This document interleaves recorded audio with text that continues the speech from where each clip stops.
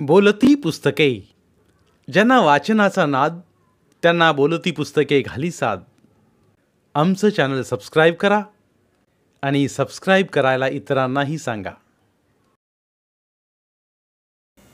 नमस्कार श्रोते मित्र हो, बोलती पुस्तके सादर करत आहे लेखक ईश्वरचंद्र हलगरे लिखित कादंबरी आरसा, प्रकरण 14. गावावरून आला तो अख्खा दिवस रवीने झोपून काढला. सायंकाळी जाग आली तरी तो बराच वेळ कॉटवर लोळत होता. रात्री देवगिरी एक्सप्रेसच्या जनरल डब्यातला प्रवास, नीट बसायलाही जागा मिळाली नव्हती. झोपेचे पार 12 वाजले होते. त्यामुळे अंग सारं ठणकत होतं. तोंडावरची शाल बाजूला सरून पाहिलं. अर्श बाहेर गेला होता. रवी उठून बसला. मोबाईल हातात घेऊन सवयीने अनलॉक केला. डोक्यात काहीच न आल्याने परत लॉक करून ठेवून दिला. डेटा सुरू करावं वाटलं नाही. 4 दिवसांच्या मेसेजचा एकदम महापूर येणार हे त्याला माहीत होतं. बाथरूममध्ये जाऊन फ्रेश झाला व कपडे घालून भैयाच्या टपरीकडे निघाला. टपरीवर कोपऱ्यात 2 गरदुले सोडलं तर कोणीही नव्हतं. ड्रग्ज आणि व्यसनाच्या पूर्णपणे आहारी गेलेल्यांना गरदुले म्हणतात. ही नवी माहिती त्याला गेल्याच आठवड्यात शैलेशकडून कळली होती आणि तेव्हापासून त्यांच्याबद्दल त्याला वेगवेगळे प्रश्न पडले होते. खाण्यापिण्याचं आणि आपल्या असण्यात दिसण्याचंही भान नसणारे गरदुले नशेसाठी कुठल्याही थराला जातात हे ऐकून तर त्याच्या जीवाचा थरकाप झाला होता. भरपूर केस वाढवलेल्या आणि खाली मान घालून बसल्या त्या दोघांकडे त्याला एकटक पाहावंही वाटलं नाही. कधीतरी यांच्याशी नीट चर्चा करून यांची मानसिकता समजून घेतली पाहिजे असा विचार करून तो किचनकडे तोंड करून लखनबया बाहेर येण्याची वाट पाहू लागला. रवीला एक कडक गरमागरम चहा हवा होता. त्याशिवाय आळस जाणार नव्हता. मन उदासीनं झाकोळलं गेलं होतं. गावावरून आलं की हे असंच होतं. 2 दिवस मन अजिबात थाऱ्यावर नसतं. रवीने खिशातून फोन काढला आणि कविताला कॉल केला. नेहमीप्रमाणे लागला नाही. कुणाशी तरी बोलायची मात्र त्याची इच्छा झाली होती. कबीरला फोन केला. तोही स्विच ऑफ. रंजनाला कॉल करायची लहर आली, पण त्याने ती प्रयत्नपूर्वक आवरली. गावाहून निघताना त्यानं ठरवलं होतं, आता हा अभ्यासाला नवी सुरुवात करायची, नाहीतर दादाने आपल्यावर ठेवला विश्वास धुळीला मिळेल. कितीही टाईम ॲडजस्ट करून रंजनाला भेटत राहिलो तरी अभ्यासावर परिणाम होतोच हे त्याला पटलं होतं. आणि लेखनाची हौस आपलं भविष्य घडवू शकत नाही हेही नवं वास्तव्य त्यानं समजावून घेतलं होतं. जोमनला फोन केला. मुंबईसारख्या शहरात काही अडचण आली तर जोमनसारखा एखादा मित्र असावा म्हणून तो अधूनमधून त्याला फोन करत असतो. पण जोमन कायम बिझी असतो, त्यामुळे संपर्क होत नाही. आताही तो बिझीच होता, पण लगेच मेसेज आला. I will call you later. Where are you? टपरी पर. आई मीन ओ लखन भैया की टपरी? यस. 2 पाकिट माल लाना. जोमनच्या या अचानक मागणीने रवी गोंधळला. रवीनं याआधी असं कुणाला ड्रग्स वगैरे पोचवलं नव्हतं, परंतु जोमनचा शब्द टाळून त्याला जीवावर आलं. पूछता हूँ भैया से, होगा तो लाता हूँ. ओके. भैया किचनमधून येताच रवीने मालाविषयी विचारलं. माल होता. आता जोमनला टाळण्यासाठी त्याच्याकडे कुठलंच कारण नव्हतं. 3000 उधारीवर त्यानं 2 पाकिटं घेतली. माल है, कहाँ आऊ? रवीने परत मेसेज केला. किस्मत पर 6 बजे तक आ. किस्मत बार हा नेरुळला दिलबरच्या बाजूलाच होता. रवीला पटकन रंजना आठवली. ओके असा मेसेज टाकून रवी उठला. त्याने पॉकेट व्यवस्थित खिशात ठेवली होती. लखन भैयाला सांगून तो टपरी बाहेर पडला. नेरुळला यायला रवीला सायंकाळचे 7 वाजले. तो किस्मत बाहेर थांबून जोमनला फोन लावत होता. रिंग पूर्ण जात होती, तरी फोन उचलला जात नव्हता. गरीब लोक माणसांची कदर करतात तर श्रीमंत किंमत रवीला कुठेतरी वाचल्यासारखं वाटलं. कदाचित बरेच कॉल करूनही जोमन फोन उचलत नसल्याने त्याला असं वाटलं असावं आणि नकळत त्याला जोमनचा राग आला. खूप वेळाने जोमन किस्मतमधून बाहेर आला. त्याला पाहताच रवीचा राग मावळून गेला. म्हणजे तो उशिरा का होईना आला हेच त्याच्यासाठी महत्त्वाचं होतं. जोमनचे केस विस्कटले होते आणि कपाळावर घाम नितळत होता. आप नाच रहे थे? रवीला आश्चर्य वाटलं. अरे यार, पार्टी ही ऐसी है तो नाचना पड़ा. जोमन हसला. आज अंधेरीवाली साईड पक्की समज. जोमनसोबत इस्टेट एजंट आहेत हे रवीने लगेच ओळखले. मोठ्या डील करण्यासाठी त्याला डान्स बार इतकं परफेक्ट प्लेस सापडत नाही हे एव्हाना त्याला माहीत झालं होतं. ला जल्दी, वो अंदर बोर हो जाएंगे. जोमनने हात पुढे गेला तसे दोन्ही पॉकेट रवीने त्याच्या हातावर ठेवले. चलता है क्या अंदर? जोमन ने विचारलं. नहीं, आज ही गांव से आया, स्टडी पड़ी है बहुत. ठीक है, ये रख ले. जोमनने 2,000च्या 2 नोटा रवी पुढे धरल्या. 3,000 सिर्फ. रवी हळू जात म्हणाला. रख ले यार, तू इतनी दूर से आया है. जोमनने पैसे सरळ रवीच्या हातात कोंबले. आता रवीचा नाईलाज होता. त्याने पैसे घेतले आणि जोमन वळून लगेच बारमध्ये शिरला. जोमनने आपल्याला 3,000 आगाऊ दिले. मित्र म्हणून की गरीब म्हणून? रवीला प्रश्न पडला. बारमध्ये लाखो रुपये उडवणाऱ्या जोमनकडून मालाचे पैसे घेणे योग्य होतं? पण न घ्यावे तर 3,000ला भुर्दंड होता. काय वाटलं असेल त्याला? मोठ्यासोबत वावरताना लहान माणसांना कायम पडतात तसे प्रश्न रवीला पडत होते. खिशात पैसे ठेवून पाठीमागे वळताच रवीची नजर दिलबर बारवर गेली. दिलबर किस्मतला लागूनच उजव्या बाजूला होता. रंजना असेल का आत त्याच्या मनात विचार आला.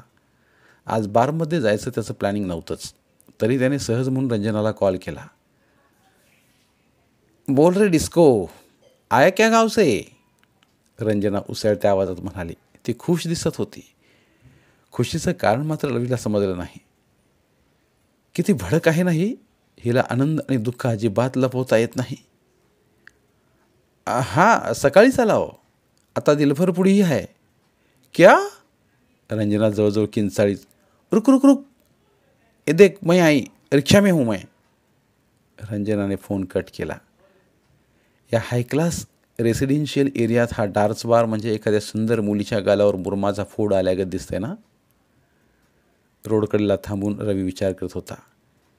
काचेत राहणाऱ्या सो कॉल्ड बायकांना डान्स बारचं अंतरंग कळालं तर किती घरात बॉम्ब फुटतील, किती संस्कार विस्कटतील. आपल्यासोबत मार्केटला, मंदिरात, सणासमारंभात येणाऱ्या आपल्या सभ्य नवऱ्याला यांनी जर डान्स बारमध्ये टेबलाच्या पायाशी लोळताना पाहिलं तर किती मजा येईल ना?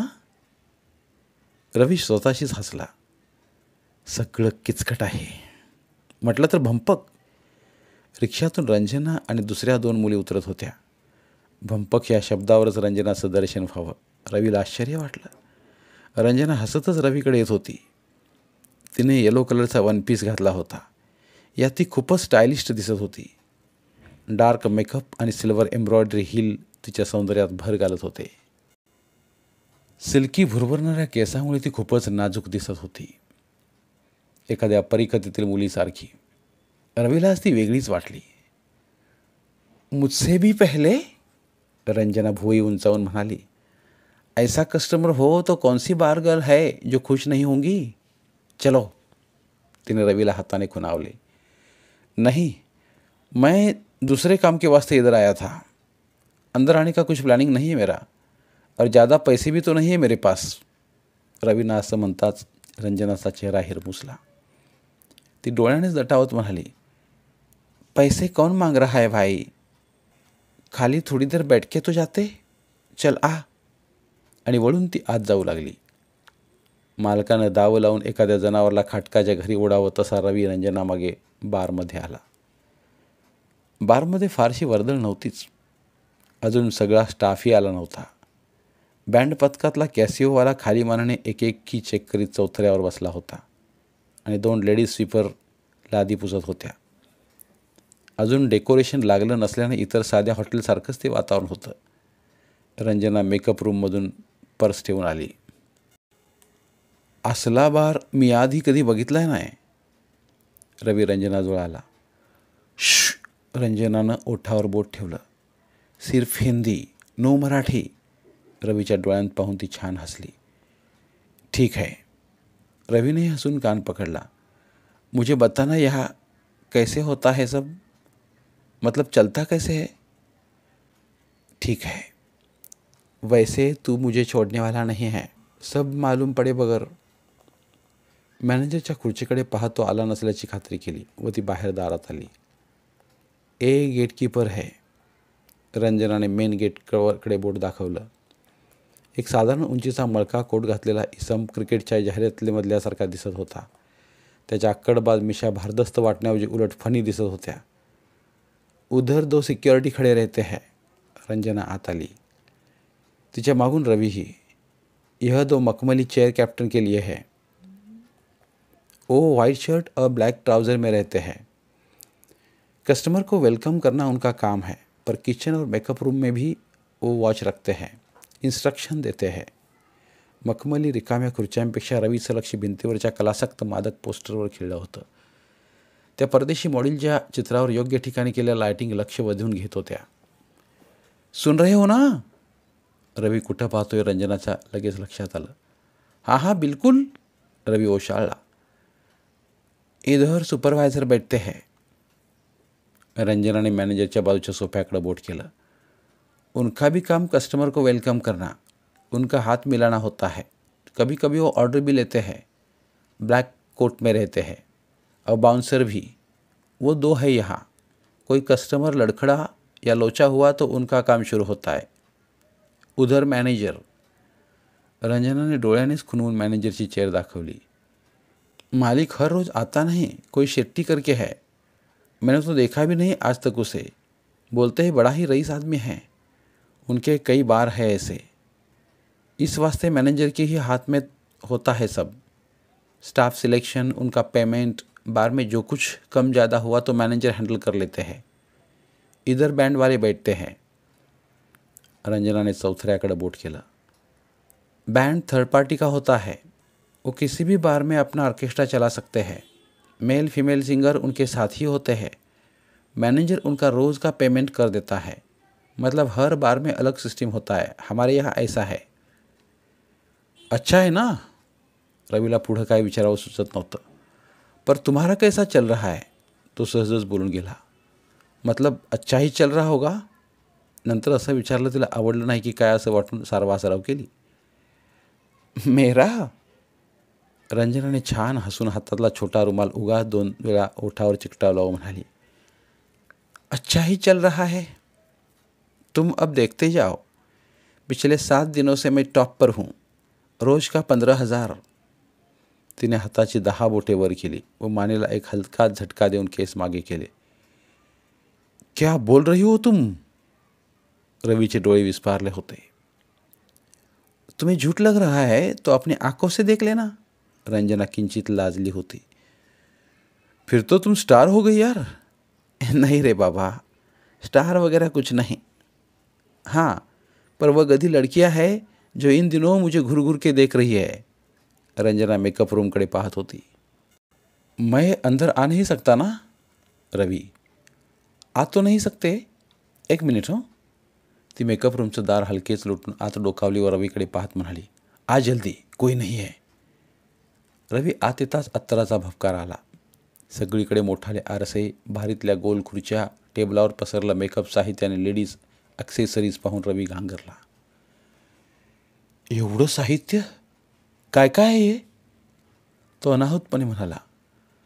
बहुत है, ज़्यादा सोचना मत. और टाइम भी नहीं है हमारे पास. पर देख लो, ये फेशियल सेट, ये makeup remover, light glow cream. Ranjana एकेका वस्तूजवळ बोट नेत होती. फाउंडेशन, यह काजल, applicators, eye shadow, mascara, facial wand, tissue papers, compact powder, blusher, eyeliner, lipstick, nail paints, perfumes और ये वेयरिंग एक्सेसरीज. चमक बहुत रही है. गोल्डन तो नहीं. रवि ने मध्येच विचारलं. नहीं, डुप्लीकेट है ये. बार में तुम्हें कुछ ओरिजिनल नहीं मिलेगा, खाली दारू छोड़ के. रंजना ने डोळे मिचकावले. रवि ने हसून दाद दिली. यहाँ पूरा ब्यूटी पार्लर लग रहा है. फिर ब्यूटी पार्लर ही तो है. रंजना ने मेकअप रूमचं दार ढकललं. चलो, अभी मैनेजर आया तो मेरी खैर नहीं. वो क्या है. ती घाईत असतानाही रवीने एक प्रश्न विचारलाच. वो चेंजिंग एरिया है हमारा. वह भी देखना है क्या? रंजना लटकच रागावली. सॉरी. दोघेही बाहेर आले. हा, पर उसके पीछे एक राज है, रंजना रवीजवळ येत हळू आवाजात म्हणाली. इस बार का एक टॉप सीक्रेट. जब भी रेड की टिप मिलती है तब सारे बाल गर्ल्स को यहाँ छुपाया जाता है. कई बार में ऐसा अक्सर होता है, मगर हमारे यहाँ तो अभी तक नहीं हुआ. पर आगे नहीं होगा ऐसा भी तो नहीं कह जा सकता ना. आए दिन गवर्नमेंट का कुछ भरोसा नहीं. कई बार में ऐसा कंपार्टमेंट किया जा रहा है. आखिर सब लीगली तो नहीं होता ना. पुलिस को भी सब मालूम होता है, इसलिए प्रेशर आए बिना वो भी कुछ करते नहीं. रवीने मान डोलावून रंजनाच्या बोलण्याला दुजोरा दिला. त्याने आजूबाजूला पाहिलं. एक एक मुली, वेटर्स येत होते. डान्स फ्लोअरवर बँड पथकातल्या लोकांची गडबड सुरू होती. जाडी सिंगर मुलगी पाण्याचा कागद घेऊन कॅसिओवाल्याच्या शेजारी बसली होती. आणि त्यांचं बोलणं इतकं हळू सुरू होतं की ते दुसऱ्याला ऐकू जाणं शक्यच नव्हतं. मॅनेजर अजूनही आला नव्हता, म्हणून रवीला रंजनासोबत अजून थोडा वेळ थांबणं शक्य होतं. नॉर्मली लड़कियों का सिलेक्शन कैसा होता है यहाँ? रवीचे प्रश्न तो जिवंत असेपर्यंत संपणं शक्य नव्हतं. कोई एक तरीका नहीं होता. एजेंट्स होते हैं.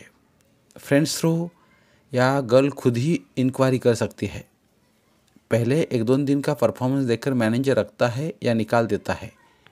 इसलिए हमको पहले डांस सीखना पड़ता है. अच्छे होटल को लड़कियां भी तो अच्छी ही लगती है ना. कस्टमर भी तो पत्ते नहीं उड़ाते ना, उनको भी फुल एंटरटेनमेंट मांगता है.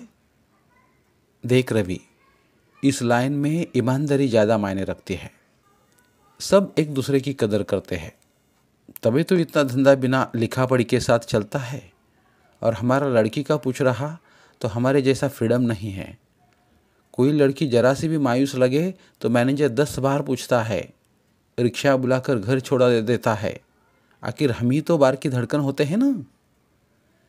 रंजनाचा चेहरा गर्वाने फुलला. चलो जाओ, अब बैठो उधर. कोपऱ्यातल्या सोप्याकडे बोट करून रंजना रवीकडे न पाहता चेंजिंग रूमकडे वळली. 8 नंतर बारमधली लगबग वाढली होती. डेकोरेशन सुरू झालं होतं. बँड अजून बसला नसल्याने रेकॉर्डेड गाणे सुरू होते आणि मेकअप रूममधून एक एक मुलगी बाहेर पडू लागली. साक्षात अप्सरा अवतराव्यात असं ते दृश्य होतं. जे तुरळक कस्टमर येऊन बसले होते त्यांच्या नजरा तिकडे वळल्या. रवी एका सिंगल कोचावर अंग आखडून बसला होता.